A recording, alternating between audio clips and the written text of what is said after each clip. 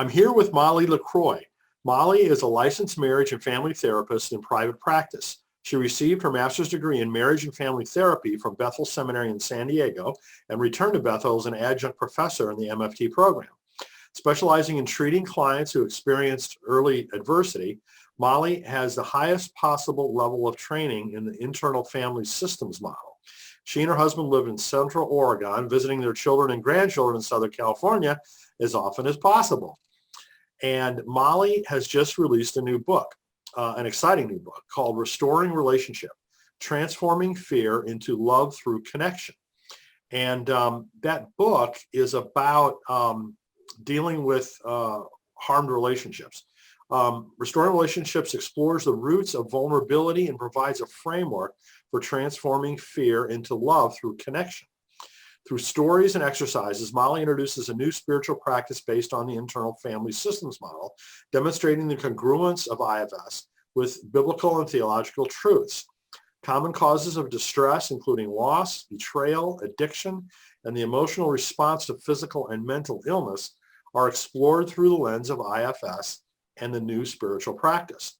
Through this journey of connection, constraints to loving relationships are removed, restoring loving relationships with God, one another, and ourselves. So Molly, it is so wonderful to have you here with us today. Thanks for joining us. Oh, well, thanks so much for doing this, Brian. So, I gave a little bit about your background, but could you explain just a little bit more about, what you've been doing until now? Yeah, well, and I came to this profession in midlife. I had taken a pause from a previous profession of healthcare administration to raise the kids, and was primarily teaching a women's Bible study. And thought, well, I'll go to seminary and get a master's in theology, and then I'll be an even better teacher.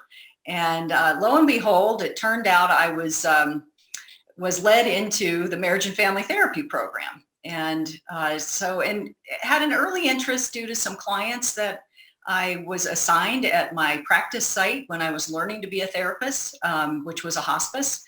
Got interested in the impact of early adversity, whether that's trauma, whether that's just not good enough experience in early life. And that's really shaped my trajectory in terms of the kinds of approaches to psychotherapy I've studied, and the kind of work that I do with clients.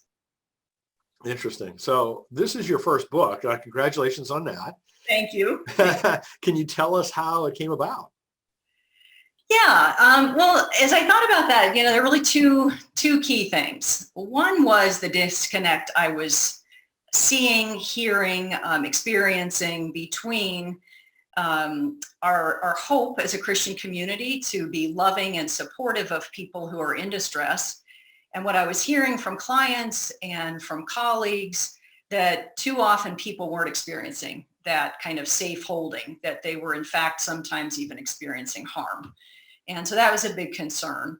And the other thing I was keenly aware of was the there's a ton of exhortation, do this, do that, believe this, believe that, but not as much of the how-to that really we need, because this is about transformation. And so, this desire to shift from exhortation to transformation was another focus of mine that led to the book. So the back of your cover starts with a question, and I love questions. This one is, why do we talk so much about love, but often fail to be loving? So can you explain where that came from? Yeah, well, this is the paradox that I was focused on, because, we know that God is love, and 1 John 4:8, and we're given the great commandment, which is to love God and love one another as we love ourselves, so that our vision of life together in community is of loving relationships. And yet, are people uniformly experiencing that loving connection? Well, no. So what's going on here? And that's what I hope, to help people understand is that what is it that's blocking our intrinsic ability to love? We don't have to learn to be loving. It's our very nature. So if we're not loving, that tells us that if there's something blocking our love. And so this new practice is all about paying attention to those things that block our love and being able to work through them. And one of those is fear and Yeah. fear of vulnerability, right? So talk to us a little bit, for those of us that are not psychotherapists, tell us a little bit more about that. Yeah, well, and that's a huge topic, because again, it's kind of this paradox. As humans, we are innately vulnerable. We come into this world entirely dependent on our caregivers for survival. People who studied other mammals, recognize humans are the most vulnerable. And so why is it that we fear vulnerability? Well, our earliest experiences often, unfortunately, essentially teach us that vulnerability is very risky, because when we're vulnerable, we can be wounded. Because, my premise is most parents are very well intentioned. They just do the best they can. But we all know as parents, none of us are perfect. And when there is a misattunement, or in some cases, a really grievous, situation where a child really doesn't get their needs met, those experiences are stored. And a whole part of my book goes into sort of the fundamentals of interpersonal neurobiology and how the brain develops and how we carry these early experiences. And they really shape how we show up in the world. And they also shape what we believe about ourselves. And as young humans, we're vulnerable to believing that if adverse things happen to us, it's our fault. And then we believe things like, I'm unlovable, I'm unworthy, I'm bad or stupid, or, we carry these beliefs and they have an emotional component to them. And so essentially we've got these wounds, and then the fear is that they're going to overwhelm us. And so we try to tamp down our vulnerability. We try to do our best to avoid it in ourselves and when we're in relationship with others. It's fascinating how these things stay with us. I mean, they do. So you present a model that I mentioned of psychotherapy IFS that's congruent with Christian spirituality and theology. So talk to us a little bit about that congruence. Yes. Well, if you listen to the name internal family systems, it's a clue to what how this model understands human functioning. And the understanding is that when we start paying attention to what's going on inside ourselves, that we'll notice that rather than being sort of a unitary whole, we hear lots of different perspectives. Most of us are pretty familiar with saying, well, a part of me would like to pursue writing a book.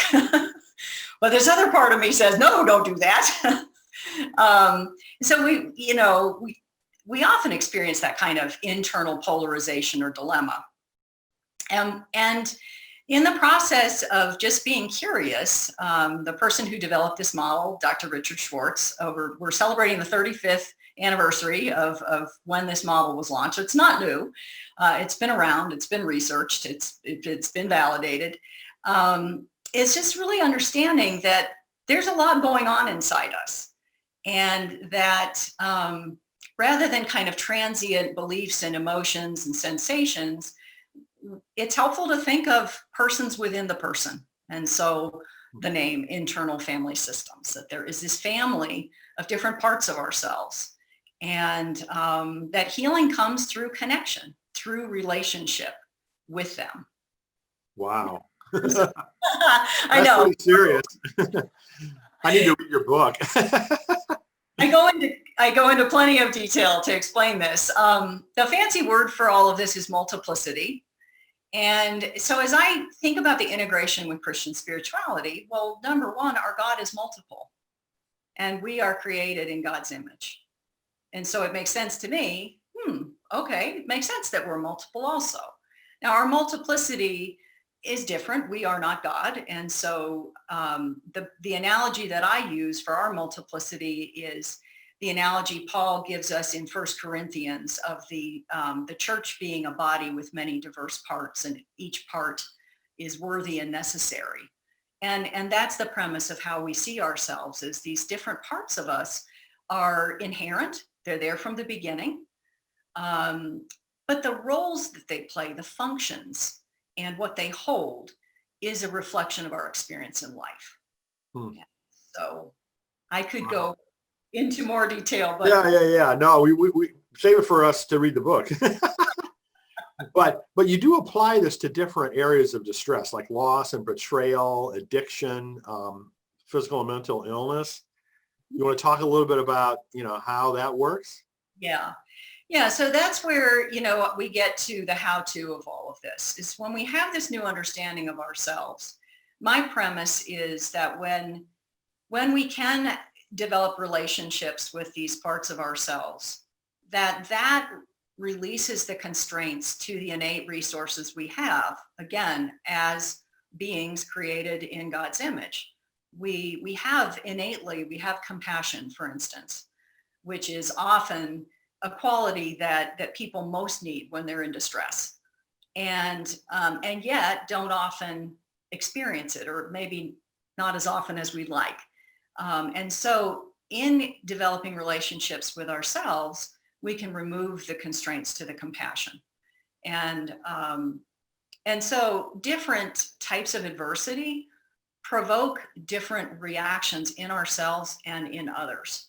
And we start with, well, what am I noticing in myself as I am confronted by either my own distress, let's say a diagnosis of an illness or a financial setback. My goodness, in the context of this pandemic, there are myriad sources of distress that people are experiencing. And so the idea is, let me first get curious about what's going on for me, and getting to know my own responses. And then I can be open to another person's experience. And so it may be helpful for me to use a really tangible example. Sure. So one of my chapters is about loss. I tried to pick, types of adversity that are pretty universal. All of us experience loss in life.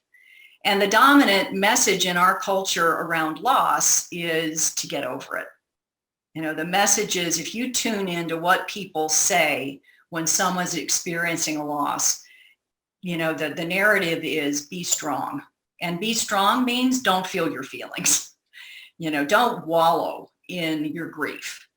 And I spent 4 years at a hospice. And so this is an area that's very familiar to me.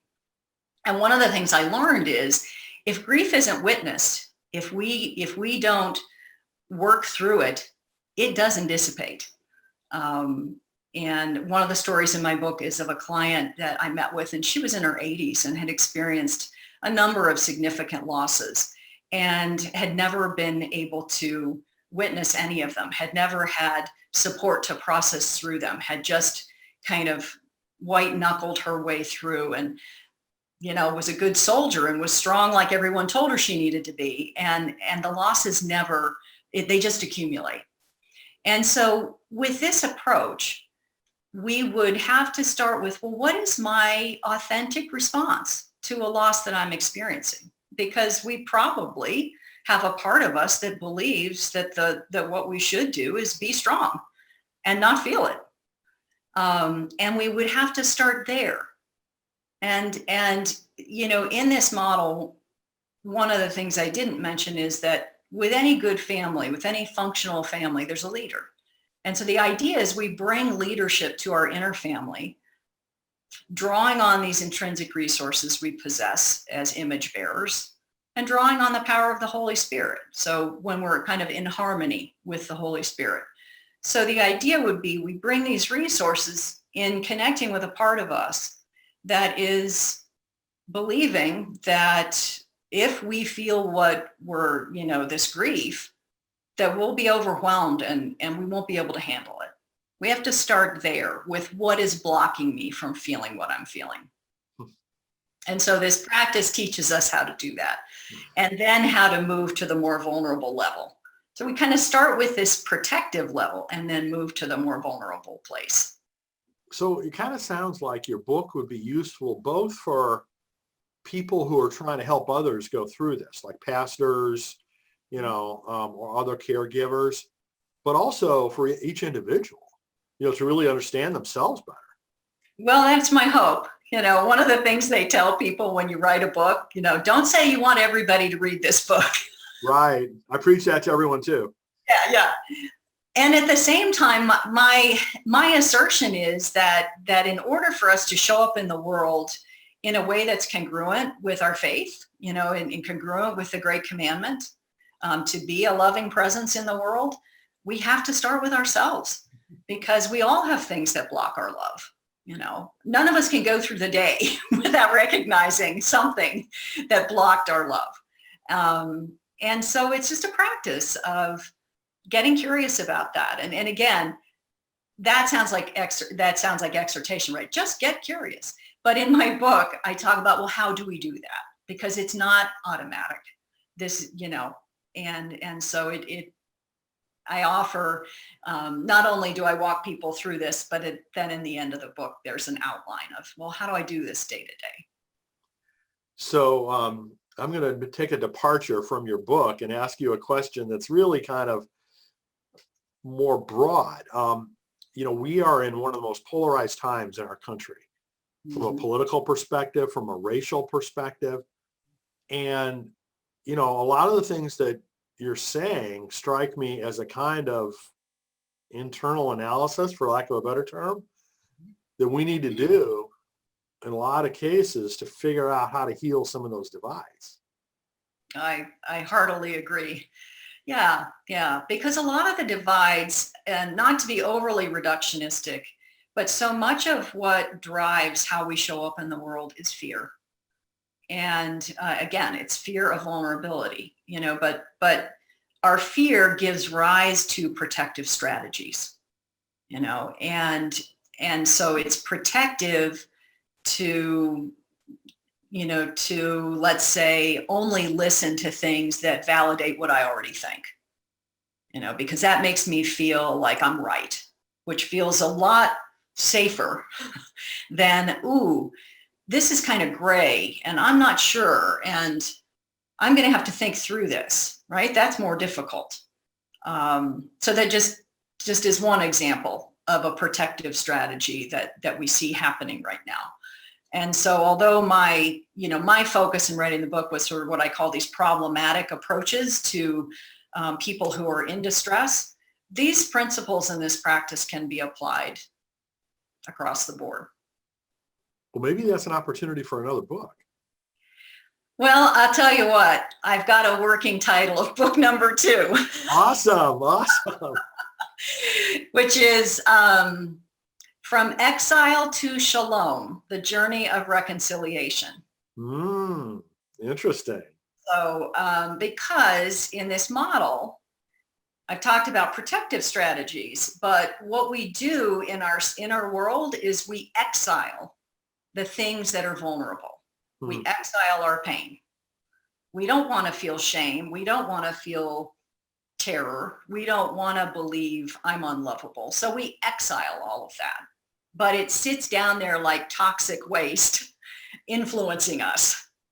And in the journey of individual healing, we get to those exiled places and we connect with them and we bring loving care to them, and their experience is witnessed. And that is how we get to shalom. That's how we get to wholeness. And I believe that this is true individually, it's true interpersonally, and it is true in the larger systems of culture where politics play out and racial divides play out, and that we are a world in need of reconciliation. Yes, absolutely. Wow. Very interesting. So since it was your first book, can you talk a little bit about how you wrote it? How did that turn out? How did that play out? Well, I started out in the ignorance is bliss kind of category. I had this inspiration, I believe, that these thoughts that I was having were a book. I mentioned it to a couple colleagues. They said, absolutely, this is needed. And so then I thankfully very quickly realized this is not going to be a solo journey. And I needed advisors to accompany me. And one of them is a former professor, is a New Testament professor who's written a number of books, Mark Strauss, who's graciously endorsed the book. And so I met with him and said, here's my idea. Is this a book? And he said, it's a book, and here's what you need to do. Short chapters, story-based, no more than 200 pages. So I had that outline, if you will, going into this, which was so helpful because that was just validated through all I learned from you and others. And then I just set about writing, but I had this team of advisors along the way, 3 close colleagues who represented people who knew this model of psychotherapy, who trained at the same seminary or who were pastoring, so that I could, both have kind of technical experts, but also the end users involved. And so in producing the book, you also worked with one of our partners, Adam Thomas. So Yes. Can you talk a little bit about what that process looked like? Yeah, well, I came to, Writing for Your Life was just indispensable in helping educate me about the whole publishing process. Because when I first met with my professor, who's of course published in an primarily academic space, he said, I've worked with a number of publishers, and when the time comes and you're ready, I'll just introduce you to people. And I'm thinking, well, great. That'll be easy. Come to find out, my profession is psychotherapy. I have not been on social media. I do not have a podcast. I do not have a social media following. So guess what?